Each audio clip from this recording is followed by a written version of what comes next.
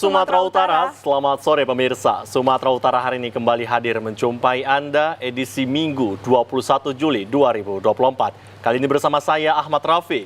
Dan saya Debbie. Sejumlah informasi menarik telah berhasil dirangkum tim redaksi kami untuk Anda. Berikut informasi selengkapnya.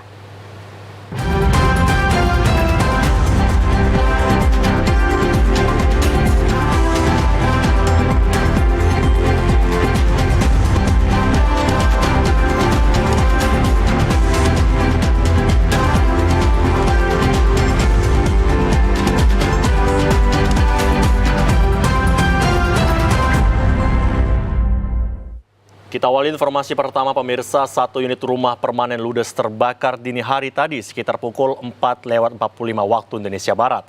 Naasnya penghuni rumah yang merupakan duda berinisial TH usia 55 tahun meninggal dunia karena terbakar. Dugaan sementara kebakaran disebabkan oleh konsleting arus listrik. Beginilah detik-detik terjadinya kebakaran yang menghanguskan satu unit rumah permanen yang berada di Desa Hutan Nopan, Kecamatan Lubuk Barumun, Padang Lawas. Pada subuh dini hari sekitar pukul 4:45 waktu Indonesia Barat. Naasnya pada kejadian ini penghuni rumah yang merupakan seorang duda berinisial TH 55 tahun turut terbakar dan meninggal dunia. Warga yang mengetahui terjadi kebakaran berusaha untuk memadamkan api dengan alat seadanya. Namun api terus membesar serta meludeskan bangunan beserta isinya. Menurut Kapolsek Barumun, Ibtu Sakti Kaharahap menjelaskan bahwa saat terjadi kebakaran, pemilik rumah kemungkinan dalam kondisi tidur. Dugaan sementara kebakaran terjadi karena konsleting arus listrik dan kerugian ditaksir mencapai 180 juta rupiah. Untuk sementara kita prediksi bahwa akibat terjadi kebakaran ini karena arus pendek listrik. Langsung membesar hingga akhirnya membakar satu unit rumah semi permanen ini. Sehingga mengakibatkan kerugian berkisar 180 juta. Untuk korban jiwa dalam kejadian ini ada satu orang yaitu Taib Arahap, bernama Taib Arahap ya. Dan dia tinggal sendiri di rumah ini dan status duda. Masih ada tenaga kerjanya. Selanjutnya Kapolsek menjelaskan jenazah kemudian dibawa ke Rumah Sakit Umum Daerah dan dilakukan pemeriksaan, kemudian dikembalikan ke keluarga untuk dikebumikan. Pemirsa, satu unit bangunan rumah yang dijadikan sebagai tempat berjualan gas eceran ludes terbakar di Jalan Ileng, Medan. Pemilik rumah jatuh pingsan dan dua anaknya mengalami luka bakar saat mencoba menyelamatkan diri. Kebakaran hebat menghanguskan satu unit bangunan rumah semi permanen di Jalan Ileng, lingkungan 2 Kelurahan Rengas Pulau, Kecamatan Medan Marelan, Kota Medan. Pemilik rumah Eli 50 tahun jatuh pingsan saat mengetahui rumah yang juga dijadikan tempat usaha menjual gas LPG 3 kg eceran ludes terbakar. Bahkan dua orang anaknya yakni Gunawan 28 tahun dan Fitri 18 tahun mengalami luka bakar di bagian lengan, pinggang, dan kaki saat mencoba menyelamatkan diri dari dalam rumah yang terbakar. Kepala lingkungan setempat Yusuf menyatakan peristiwa kebakaran diduga berasal dari kompor pemilik rumah yang ditinggal saat memasak. Karena pemilik rumah juga menjual bensin eceran, membuat api menyambar hingga menghanguskan seluruh isi rumah. 3 unit mobil pemadam kebakaran dari Pemko Medan diturunkan ke lokasi dan berhasil memadamkan api 30 menit kemudian. Kini kedua korban yang mengalami luka bakar telah dirawat di rumah sakit terdekat. Sementara itu, kerugian atas kebakaran ini ditaksir mencapai 200 juta rupiah. Kasus kebakaran ini ditangani Polsek Medan Labuhan. Kronologis kejadiannya Bang, kalau untuk penyebab kebakaran yang dibilang sama korban katanya dari arus pendek listrik. Tapi untuk lebih jelasnya ini masih diselidiki sama pihak yang berwajib Pak. Atau kita tanya lagi keterangan dari korban apakah memang penyebab arus pendek listrik atau dari penyebab dia masak. Artinya ya bisa kita lihatlah seperti ini Pak, kondisi luka bakar ringan. Kalau untuk korban jiwa yang meninggal nggak ada. Kalau kerugian kita belum tahu totalnya berapa. Sementara itu pemirsa, seorang warga Aceh membawa ratusan kilogram daun ganja dari Aceh menuju Lampung. Namun apes setibanya di Kabupaten Asahan, mobil mereka menabrak pengendara sepeda motor dan diamankan warga. Sebelumnya video amatir warga memperlihatkan satu unit mobil minibus yang berhasil diamankan warga di Jalan Lintas Sumatera, Kecamatan Pulau Rakyat Asahan, Sumatera Utara, Jumat 19 Juli 2024 kemarin. Setelah sebelumnya mobil tersebut menabrak seorang pengendara sepeda motor, warga yang geram sempat merusak mobil itu. Dari dalam mobil ditemukan karung berisikan ganja sebanyak 130 kg. Tak hanya itu, warga juga berhasil mengamankan satu orang yang berada di mobil tersebut. Sementara satu orang rekannya berhasil melarikan diri. Polisi yang tiba di lokasi memboyong seorang tersangka dan barang bukti narkoba jenis ganja tersebut ke Mapolres Asahan. Kepada polisi, seorang tersangka, Rohit, warga Aceh, mengaku rencananya barang haram tersebut dibawa dari Aceh menuju Lampung. Jika berhasil, mereka mendapat upah 20 juta rupiah. Bawa dari mana? Kapan kau berangkat dari bandar? Jam 12. Jam 12 naik apa? Ras. Hah? Ras. Mobil. Mobil. Oh iya. Sama-sama kawan satu lagi. 4. 4. Mau diantar ke mana nih barang? Ke Lampung. Mau ke Lampung. Dapat upah berapa kau ini rencananya? 20. 20 apa? 20 juta. Udah terima duit? Belum. Belum. Terus kenapa bisa ketangkap tadi? Nabrak orang. Nabrak orang duluan. Hingga kini polisi masih melakukan pengembangan terkait kasus tersebut dan memburu tersangka lainnya. Aksi seorang tukang pompa air menggagalkan pencurian sepeda motor terekam CCTV. Pelaku sempat bergumul dengan korban dan warga sekitar dan akhirnya gagal membawa kabur motor incarannya. Rekaman CCTV merekam detik-detik seorang pria berbadan tegap hendak melakukan aksi pencurian sepeda motor di depan salah satu toko di Jalan Kapten Muslim, Kota Medan. Reza, tukang pompa air yang juga teman pemilik sepeda motor, pada saat kejadian sedang melakukan perbaikan pompa air, keluar sebentar untuk mengambil barang keperluan. Saat keluar, Reza melihat orang tidak dikenal duduk di atas sepeda motor dan menghidupkan motor yang kuncinya masih menempel di kunci kotak. Melihat hal tersebut, Reza refleks langsung menghalau pelaku dan berteriak maling. Warga langsung keluar dan mengejar pelaku. Sebelum akhirnya berhasil kabur, Reza dan pelaku sempat bergumul. Namun pelaku gagal membawa kabur motor incarannya. Diduga pelaku merupakan anggota ormas yang kerap meminta uang di toko-toko sekitar lokasi. Warga merasa resah dan berharap petugas kepolisian menindak aksi premanisme dan kriminalitas yang kerap terjadi. Postur tubuh si pelaku cukup besar, jadi saya gagal lah nangkapnya gitu. Tapi kita udah coba kejar, coba tangkap. Mungkin warga takut juga terlibat, makanya kurang kooperatif untuk membantu lah. Kebetulan sepeda motor teman kerja juga. Pemirsa, seorang pria mantan wartawan di Kabupaten Karo tewas mengenaskan ditikam pelaku di depan rumahnya. Belum diketahui pasti motif penikaman oleh pelaku berinisial GP. Warga Lau Pinggang Desa Katepul, Kecamatan Kabanjahe, Kabupaten Karo, dihebohkan dengan peristiwa penikaman yang dialami oleh korban Sumri Yanto tepat di depan rumahnya. Korban mantan wartawan TV nasional yang kini berprofesi sebagai pedagang bakso ini tewas setelah mendapat 7 luka tusukan pada bagian dada serta tangannya. Peristiwa ini terjadi pada pagi hari saat itu korban sedang berada di depan rumahnya dan bertemu dengan pelaku yang kemudian diketahui berinisial GP. Mendadak pelaku menghujamkan pisau yang dibawanya ke arah korban. Usai melakukan aksinya, pelaku langsung kabur melarikan diri dan warga sekitar mengevakuasikan korban ke Rumah Sakit Umum Kabanjahe. Karena luka yang cukup parah, korban akhirnya meninggal dunia. Tim Inafis Polres Tanah Karo langsung turun ke lokasi kejadian, melakukan olah TKP, mengamankan barang bukti pisau dapur yang tertinggal di lokasi kejadian, serta pemeriksaan saksi-saksi di lokasi. Belum diketahui motif pelaku melakukan penusukan tersebut. Salah seorang warga, Susanto, mengatakan peristiwa terjadi begitu mendadak dan cepat. Warga tidak sempat mengamankan pelaku yang melarikan diri. Sampai di Rumah Sakit Umum Kabanjahe, korban dinyatakan meninggal dunia oleh dokter. Datang sini kejar orang itu ke atas katanya. Kami kejar nggak ada lagi, nggak nampak. Aku nggak tahu siapa pelaku lah kan gitu. Karena nggak nampak. Ya terus kami bertolong antar kami ke rumah sakit. Berarti kita lihat bang korban tadi udah tergeletak. Udah tergeletak, udah jatuh. Berarti posisi bang Anto tadi di mana nih pak? Depan rumah? Iya di depan rumah itu. Nah sebelumnya bang Anto memang ada cekcok, kita dengar apa cuman pak? Nggak ada tahu pak, nggak tahu. Nggak tahu. Iya bang.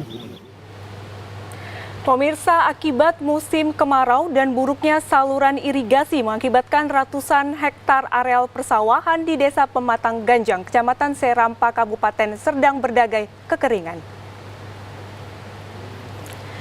Beginilah kondisi areal persawahan di Dusun 3 Desa Pematang Ganjar, Kecamatan Serampa, Kabupaten Serdang Berdagai yang mengalami kekeringan. Akibatnya para petani terancam gagal tanam untuk musim ini. Walaupun sebagian petani sudah menyemai bibit untuk ditanam, menurut para petani kondisi kekeringan ini sudah terjadi sejak 2 bulan yang lalu dikarenakan debit air yang ada di Waduk Sebelutu mulai surut akibat kemarau berkepanjangan. Selain itu, saluran sekunder yang ada di hulu juga rusak sehingga debit air yang kecil dari Waduk Sebelutu tidak bisa mengalir sampai ke persawahan petani. Jika kondisi ini berlangsung sampai minggu depan, dipastikan para petani akan gagal tanam. Harapan saya kalau bisa dibantu untuk kalau nggak bisa dari DAI Desa Pematangan yang dihidupkan, kalau bisa ya dari DAI Belutu diperbesarlah jalur GL-nya itu. Sekitar 3 kilo lebih lah. Itulah gangguan kami yang paling sakit itu. Tiap musim itu aja lah. Beberapa petani juga berupaya mengairi persawahan mereka dengan cara pompanisasi. Namun upaya ini juga kurang berhasil karena air di saluran irigasi juga surut. Para petani berharap agar pemerintah setempat segera turun tangan untuk memperbaiki saluran sekunder yang rusak agar air dapat mengalir ke persawahan mereka. Kita beralih ke informasi lainnya, Pak pemirsa. Pasokan sayuran mulai menurun di Pasar Labuhan Batu Selatan pada Sabtu 20 Juli 2024. Namun dari pantauan di lapangan belum ada tampak kenaikan harga. Menurunnya pasokan sayur mayur di salah satu pasar rakyat Kota Pinang, Kecamatan Kota Pinang, Labuhan Batu Selatan, dipengaruhi banyak petani sayur yang gagal panen diakibatkan kurangnya curah hujan. Tetapi ada juga beberapa bahan sayuran yang mengalami penurunan harga, seperti cabai, bawang merah, dan bawang putih. Meski harga sayuran belum ada kenaikan, namun pasar sepi dari pembeli yang membuat pedagang semakin resah, karena semakin hari pendapatan semakin berkurang. Opung Martua Boru Aritonang, pedagang sayuran di Pasar Kota Pinang, mengatakan bahwa memasuki musim kemarau, pasokan sayuran mulai berkurang. Namun untuk harga sayuran menurun, tetapi pembeli lebih berkurang sehingga pendapatan anjlok. Sedangkan berkurangnya pasokan sayur sudah lebih kurang 2 bulan. Merosotlah Pak. Berkurang mas pasokannya nomor ya? Berkurang. Kalau harga nomor? Harga menurun memang, tapi pembelinya nggak ada. Nggak ada nomor ya. Kalau harga cabai sendiri itu berapa sekarang? Jadi sendiri cabai sekarang 10 seperempat. 10 seperempat nomor. Kalau bawang? Bawang sekarang nangecer 30. 30 per kilo nomor. Kilo. Kalau bawang putih nomor? Bawang putih 35. Harapan kemana lah Pak? Karena sekarang ini banyak anu lain ya, tolong bantuan lah. Bisa dibantulah kami yang di kaki 5 ini. Untuk mengantisipasi kerugian, kini pedagang sayuran mengurangi pesanan kepada supplier. Pemirsa, kami akan segera kembali dengan sejumlah informasi lainnya. Tetaplah bersama kami di Sumatera Utara hari ini.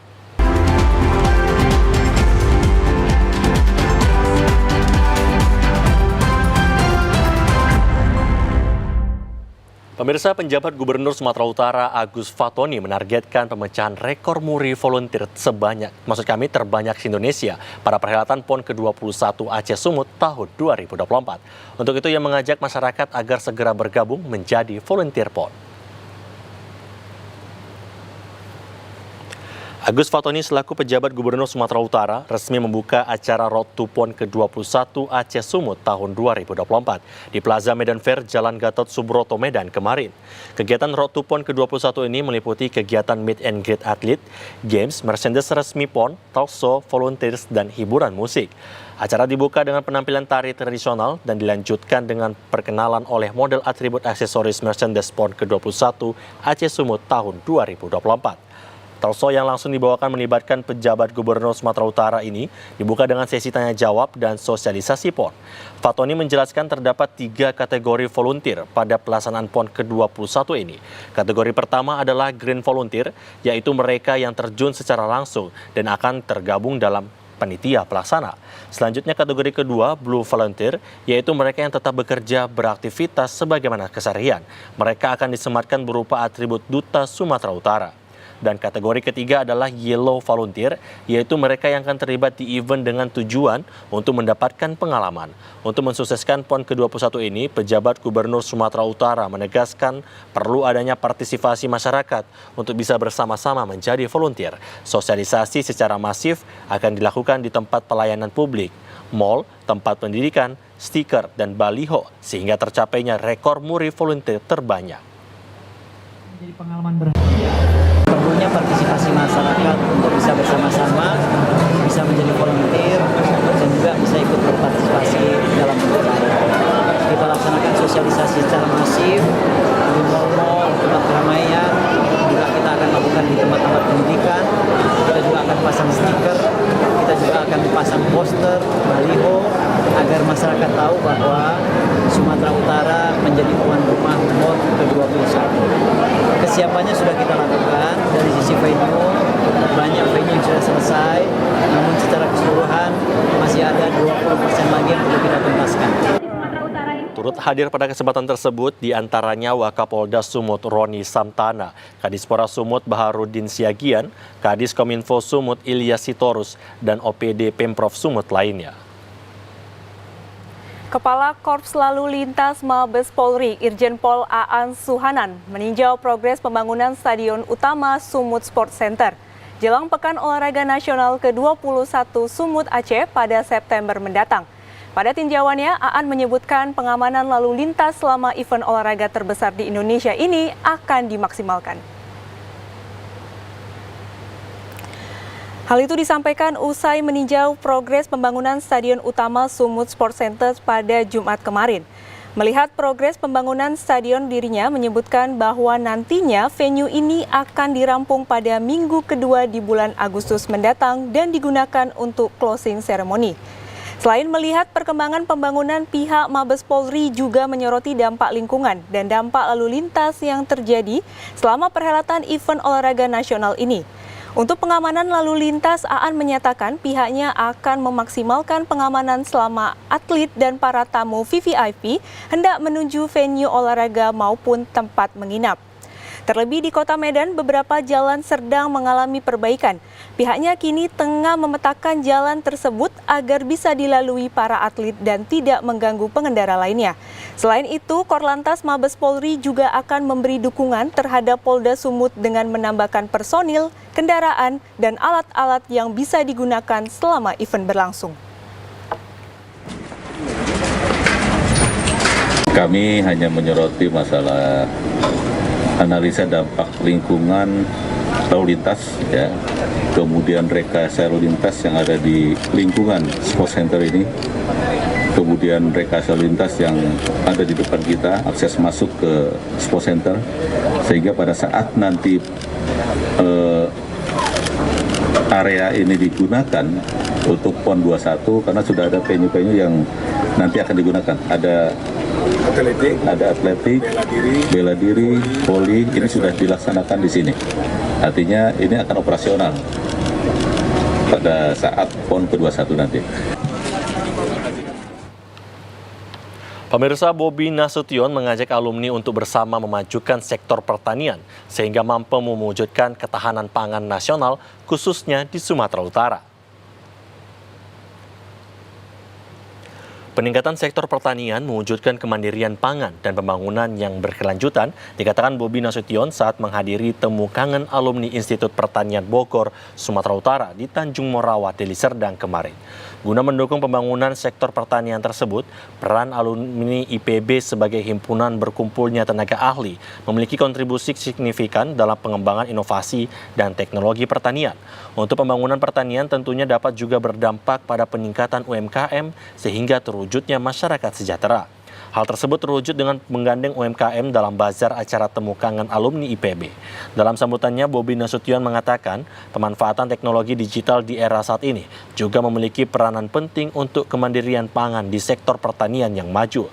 Untuk mewujudkan Indonesia Emas 2045, dibutuhkan sumber daya manusia yang unggul.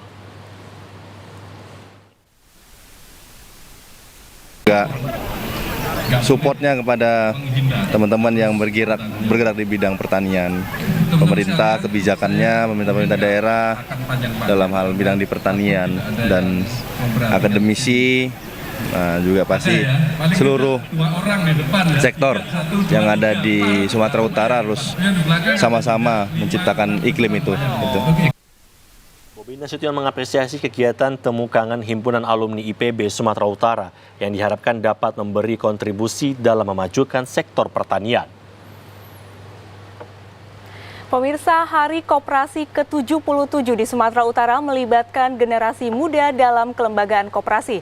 Koperasi semakin muda dengan inovasi dan kreativitas generasi muda yang memperkuat perekonomian nasional. Jalan santai turut memeriahkan Hari Koperasi ke-77 di kantor UPTD Pluit, Dinas Koperasi Sumatera Utara, Jalan Gatot Subroto, Medan pagi tadi. Jalan santai diakhiri dengan senam kebugaran melahirkan generasi muda yang aktif berinovasi dan berkreativitas. Pada peringatan Hari Koperasi ke-77 tahun ini, dengan mengusung tema koperasi sebagai ekosistem untuk konsolidasi, akselerasi, dan eskalasi ekonomi mikro dan kecil. Dalam rangka memperingati Hari Koperasi ke-77 tahun, Dinas Koperasi dan UKM Provinsi Sumatera Utara menggelar serangkaian lomba menarik dan bazar UMKM. Kegiatan ini merupakan bagian dari Harkop Festival 2024. Momentum peringatan Hari Koperasi yang jatuh setiap 12 Juli ini bisa menjadi penguat komitmen bersama dalam mengelola koperasi, sehingga dapat memberikan kontribusi yang berarti bagi pembangunan dan memutus mata rantai kesenjangan masyarakat. Sekretaris Daerah Provinsi Sumatera Utara, Arif S. Trinugroho, menegaskan koperasi bukan hanya simpan pinjam saja. Masyarakat diharapkan mampu membuka sektor bisnis dari koperasi. Ya, tentunya koperasi makin berperan di dalam perekonomian kita. Jadi tadi waktu jalan juga kita ngobrol, orang tahunya koperasi, masalah koperasi simpan pinjam. Udah lunas belum? Mau minjam lagi berapa? Padahal bukan itu. Itu baru kecil guys. Sektor real yang kita usaha untuk bisnis, UMKM dan sebagainya. Banyak sekali program-program yang ke arah sana. Staf khusus Menteri Koperasi dan UMKM bidang pemberdayaan ekonomi kerakyatan Muhammad Rizal Damanik menyatakan, tujuan utama Hari Koperasi yakni untuk meningkatkan kesadaran dan partisipasi generasi muda dalam mengembangkan koperasi diharapkan dapat mendorong kreativitas dan inovasi pemuda dalam membangun koperasi yang lebih maju dan berkelanjutan. Disampaikan oleh Pak Sekda, kita berkepentingan mendorong kelembagaan koperasi untuk bisa menjadi instrumen yang memperkuat kelembagaan ekonomi rakyat kita, supaya usaha-usaha mikro bisa berkembang menjadi usaha kecil, ya usaha kecil bisa berkembang menjadi usaha menengah dan terhubung ke dalam rantai pasok. Ya, jadi koperasi kita semakin mudah dengan adanya inovasi, kreativitas gitu, dan bergerak ke sektor real dengan harapan nanti anak-anak muda kita itu semakin senang untuk bisa masuk dalam kelembagaan koperasi dan ikut dalam memperkuat perekonomian nasional. Kita beralih ke informasi lainnya pemirsa, pemerintah masih harus bekerja keras dalam mensosialisasikan pendidikan inklusif di masyarakat dan tenaga pendidik. Penerapan pendidikan inklusif di sekolah masih terbatas di Kota Medan. Pendidikan inklusif untuk anak-anak berkebutuhan khusus atau ABK terus berkembang di Indonesia. Kementerian Pendidikan, Kebudayaan, Riset, dan Teknologi RI menyebutkan saat ini sudah ada sekitar 40.000 sekolah satuan pendidikan penyelenggara pendidikan inklusif yang merupakan penugasan wajib untuk menyediakan minimal 1 sekolah inklusif tingkat menengah atas per kabupaten kota, serta 1 sekolah inklusif tingkat dasar dan 1 sekolah inklusif tingkat menengah pertama per kecamatan. Namun perkembangan secara kuantitas ini tidak beriringan dengan kesiapan sekolah dalam menjalankan program tersebut. Penerapan pendidikan inklusif terlihat masih terbatas pada jumlah sekolah yang tersedia untuk menerima peserta didik ABK. Hal ini dikarenakan kesiapan guru dan kapabilitasnya untuk mendidik ABK masih belum maksimal. Psikolog pendidikan Kiki Fatmalasari menyebutkan salah satu permasalahan yakni terbatasnya guru pembimbing khusus dalam pendidikan inklusif ini. ABK didampingi oleh guru pendamping khusus. Guru pendamping khusus inilah yang akan membantu anak-anak untuk menjalani program pendidikan di sekolahnya. Namun saat ini untuk keberadaan guru pendamping khusus masih sangat terbatas. Jadi kan anak berkebutuhan khusus ini mereka kan memiliki karakteristik tersendiri, memiliki kelebihan dan kekurangannya tersendiri, di mana sebagian besar nanti mereka tidak bisa mengikuti program kurikulum reguler. Yang akhirnya mereka memiliki program tersendiri yang kita sebut dengan program pendidikan individual. Nah, program pendidikan individual inilah yang akan dirancang dan diaplikasikan oleh guru pendamping khusus di sekolah bersama anak tersebut. Di sekolah, Yeni Merdeka menjelaskan saat orang tua menyadari anak lain yang berkebutuhan khusus di sekolah tempat anaknya belajar, kekhawatiran akan takut berstatus berkebutuhan khusus menular ke anak yang normal. Sebenarnya banyak ya orang tua yang masih belum paham tentang pendidikan inklusi itu apa. Karena toh di kasusnya di kami juga ada ketika orang tua mendaftarkan anaknya ke kami dan dia tahu bahwasanya ada anak lain yang berkebutuhan khusus, dia takut kekhususan ini akan menular ke anaknya yang normal. Nah, hal-hal semacam itu juga penting diedukasi buat masyarakat bahwa sebenarnya ini kita berdampingan saja hidupnya, kita bisa saling membantu. Gitu. Toh ternyata dengan kehadiran anak-anak berkebutuhan khusus di sekolah kami itu juga membantu anak-anak reguler untuk belajar yang namanya empati dengan praktek langsung, dengan gimana sih caranya mereka bisa berinteraksi dengan teman-temannya yang berkebutuhan khusus. Pertemuan besar saksi-saksi Yehua tahun 2024 terpusat di Sumatera Utara. Ribuan orang hadir pada pertemuan besar yang mengangkat tema Beritakan Kabar Baik. Pertemuan Beritakan Kabar Baik di Medan International Convention Center kemarin merupakan wadah untuk beritakan kabar baik yang berasal dari berbagai etnis dan bahasa, tetapi disatukan dengan tujuan yang sama.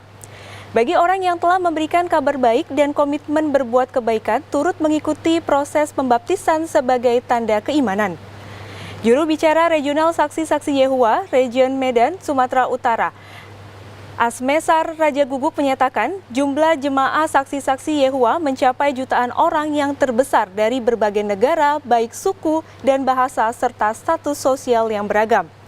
Pertemuan besar ini mengangkat tema beritakan kabar baik yang diambil dengan latar belakang adanya beritakan buruk seperti berita terjadinya peperangan dan kejahatan, sehingga orang-orang membutuhkan berita baik yang menyejukkan hati. Acara ini diharapkan dapat memotivasi, saling melengkapi, memberikan hiburan dan membesarkan hati orang-orang agar terjadi kerukunan beragama. Saksi-saksi Yehua di Indonesia juga tidak sedikit, sehingga pertemuan besar ini tidak dilakukan hanya sekali saja. Saran-saran praktis yang sudah. Tujuan pertemuan tahunan kita ini memilih tahun ini yaitu mengangkat satu tema beritakan kabar baik. Nah, tujuannya adalah kita ingin membantu masyarakat pada umumnya, khususnya umat Kristen, saksi-saksi Yehua. Mereka ingin diingatkan bahwa ada kabar baik yang bisa menyejukkan, bisa membantu kita untuk memiliki satu pandangan yang positif sehubungan dengan keadaan-keadaan sekarang. Kita melihat ada banyak berita-berita di luar negeri yang bisa mengecilkan hati, peperangan, kekhawatiran tentang kehidupan kita, ada keluarga-keluarga yang mengalami banyak masalah, anak-anak juga. Nah, Kabar baik ini membantu mereka memiliki moral yang baik, membantu mereka untuk bisa mengatasi masalah atau problem-problem yang timbul dalam kehidupan mereka.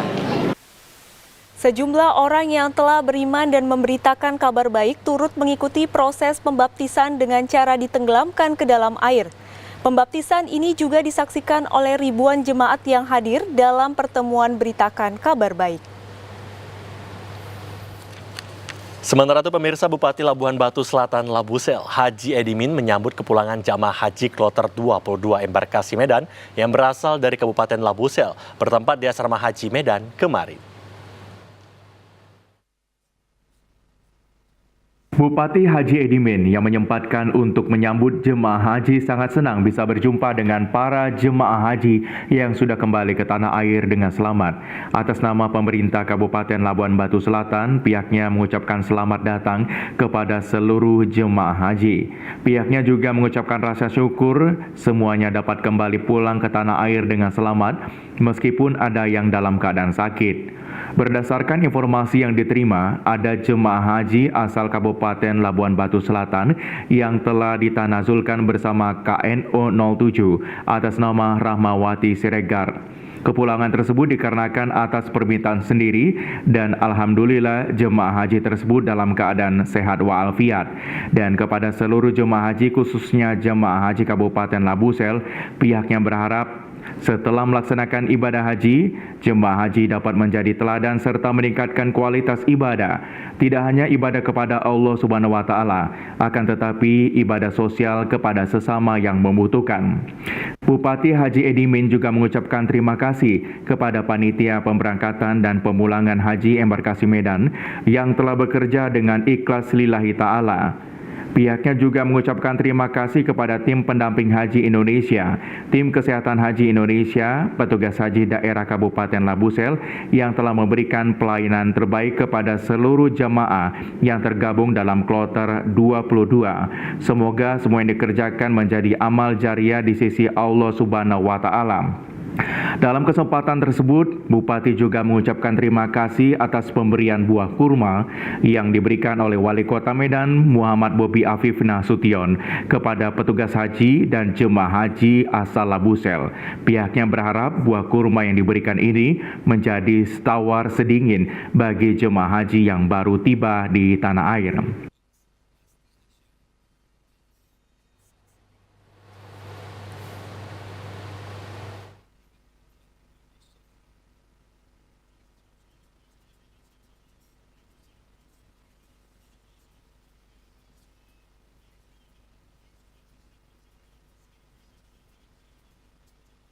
Setiba di Labusel, di Bumi Santun Berkata, Bijak Berkarya, pada hari Sabtu kemarin, para jemaah haji disambut dengan hangat penuh sukacita oleh jajaran Pemkab Labusel dan seluruh keluarga jemaah haji yang berhadir.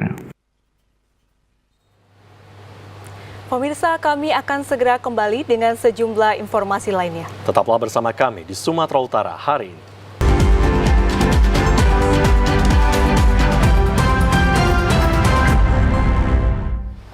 Pemirsa, kejar target pencoklitan KPU Kota Medan bersama petugas Pantarli mengunjungi rumah dinas Wali Kota Medan di Jalan Sudirman Medan kemarin. Pencoklitan yang disaksikan secara langsung oleh Bawaslu Kota Medan berjalan sukses. Petugas Panitia Pemutakhiran Data atau Pantarli Kelurahan Asam Kumbang, Kecamatan Medan Selayang, didampingi Ketua KPU Kota Medan, Mutia Atika, melakukan pencocokan dan penelitian atau coklit data pemilihan kepada Bobi Afif Nasution dan istri Kahiyang Ayu. Pencoklitan ini dilakukan di rumah dinas Wali Kota Medan karena Bobi dan Kahiyang sedang tidak tinggal di alamat domisili. Petugas Pantarli melakukan verifikasi data Bobi Afif Nasution dengan melakukan pencocokan data keluarga, yakni kartu keluarga. Usai melakukan pencocokan data kartu keluarga dan KTP, petugas melakukan penginputan data.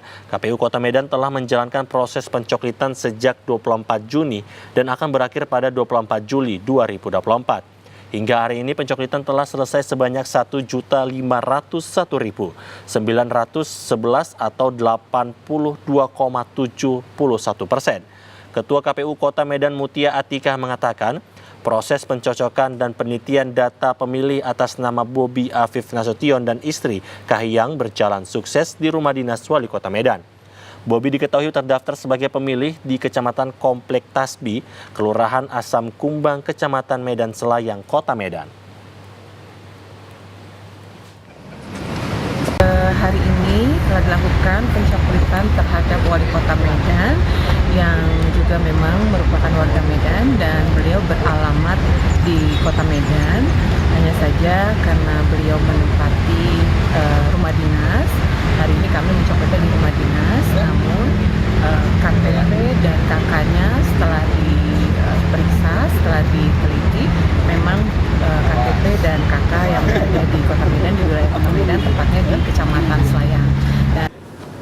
Bobi Afif Nasution berharap kepada masyarakat untuk dapat berperan aktif dalam mensukseskan Pilkada 2024. Harapannya tentu partisipasi masyarakat untuk Pilkada kali ini 2024 ini, mudah-mudahan partisipasinya bisa lebih baik lagi dari Pilkada sebelumnya, dan nanti dengan partisipasi yang tinggi ini akan menghasilkan pemimpin yang lebih baik lagi untuk Kota Medan dan untuk Provinsi Sumatera Utara. Komisi Pemilihan Umum KPU Kota Pematang Siantar melakukan sosialisasi jadwal tahapan dan alur pendaftaran pencalonan wali kota dan wakil wali kota Pematang Siantar. Sosialisasi ini dilakukan oleh KPU Kota Pematang Siantar sesuai dengan tahapan pemilihan kepala daerah Pilkada serentak tahun 2024. Selain tahapan jadwal pencalonan, sosialisasi ini juga menyampaikan terkait dengan penyesuaian visi misi sesuai rancangan pembangunan jangka menengah, yang merupakan salah satu syarat pada pendaftaran calon wali kota dan wakil wali kota Pematang Siantar tahun 2024. Ketua KPU Kota Pematang Siantar, Muhammad Isman Huta Barat, menyatakan kegiatan ini merupakan salah satu tahapan Pilkada serentak tahun 2024.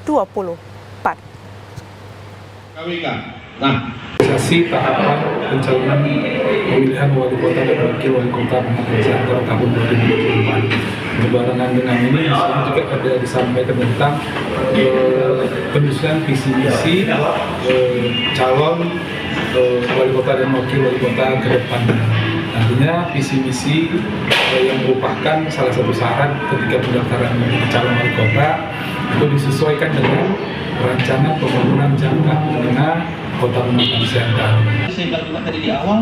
Ketua KPU Kota Pematang Siantar berharap dengan dilaksanakannya sosialisasi ini dapat mempermudah para bakal calon wali kota dan wakil wali kota Pematang Siantar yang akan melakukan pendaftaran untuk melengkapi syarat-syarat pendaftaran agar proses pendaftaran yang akan dimulai pada September mendatang dapat berjalan lancar. Pemirsa, Komisi Pemilihan Umum Daerah KPUD Deli Serdang lakukan monitoring pencocokan dan penelitian coklit di 22 kecamatan se-Kabupaten Deli Serdang untuk memastikan warga sudah dicoklit oleh petugas Panparli. Salah satu sasaran yang menjadi target monitoring adalah desa yang jauh dari kota Kabupaten Deli Serdang, seperti di Dusun 14 Desa Pahluh Kurau, Kecamatan Hamparan Perak, yang berada di suatu pulau dan akses jalan menuju ke dusun tersebut harus menggunakan kapal. Ketua Divisi Perencanaan Data dan Informasi Uswatun Hasanah mengatakan untuk Desa Pahluh Kurau terdapat satu dusun yang berada di suatu pulau. Akses jalan menuju ke Dusun 14 ini hanya menggunakan kapal dan memakan waktu lebih kurang selama 30 menit sampai di lokasi. Di Dusun 14 ini terdapat satu TPS dengan 60 kepala keluarga dan pemilihnya sebanyak 163 orang. Pihak Pantarli di Dusun 14 ini tidak terlalu sulit untuk melakukan pencoklitan karena seluruh warga dusun bermukim masih dalam satu lokasi pulau tersebut. Petugasnya juga sudah mencoklit seluruh warga Dusun 14 Desa Pahluh Kurau. Kita hari ini melakukan coklit monitoring di Desa Pahluh Kurau, Kecamatan Hamparan Perak, Dusun 14. Jadi ada satu TPS di sini, TPS 9. Nah, dengan jumlah pemilih ada 163 dengan 60 kakak. Per hari ini sudah 100% untuk Desa Palu Kurau. Untuk kesulitannya tentu ada, karena aksesnya jauh ya, karena Desa Palu Kurau ini, untuk Dusun 14 ya, di Desa Palu Kurau ini harus menyeberangi sungai selama kurang lebih 30 menit. Nyebrang pulau. Dari desanya, dari Desa Palu Kuraunya. Untuk 22 kecamatan di Kabupaten Deli Serdang sudah 89,5% yang dilakukan pencoklitan dan tinggal 10,5% lagi yang belum dicoklit. Pihak KPU optimis hingga batas akhir pada tanggal 24 Juli ini seluruh warga sudah dilakukan pencoklitan. Pemirsa, pelaksanaan kegiatan pencoklitan data pemilih di Kelurahan Pasar Porsea telah mencapai 100% dilaksanakan oleh petugas Pantarli di lapangan.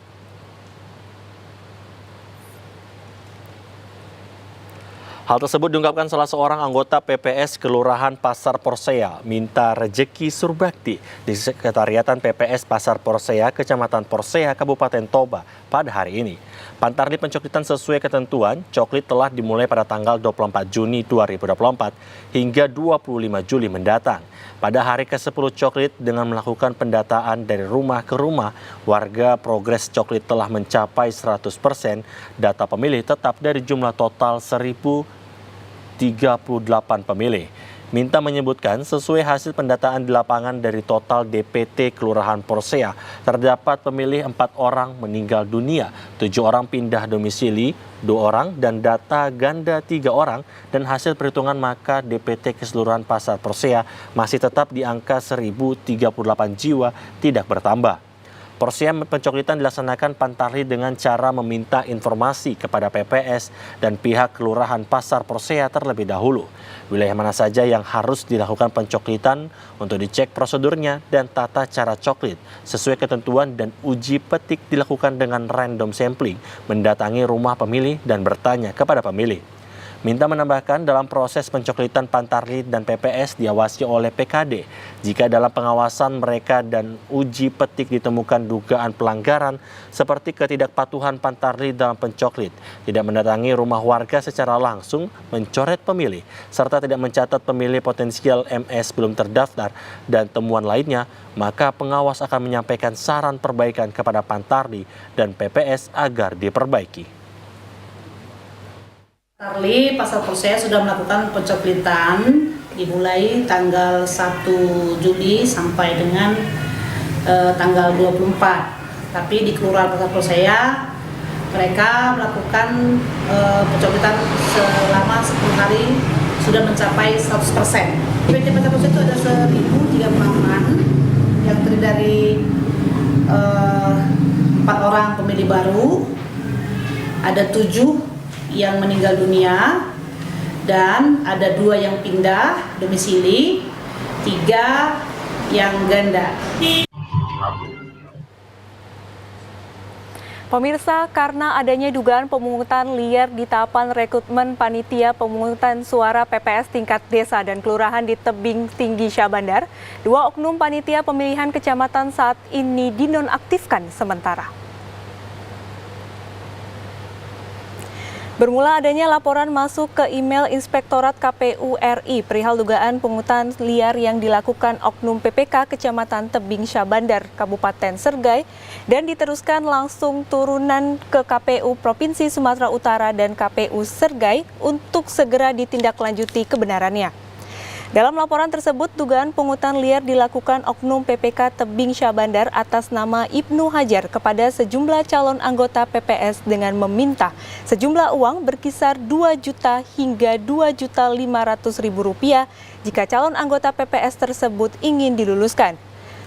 Menanggapi hal tersebut, Ketua KPU Agusli Martondang membenarkan adanya laporan dan sudah menindaklanjutinya dengan memeriksa para bersangkutan untuk diklarifikasi.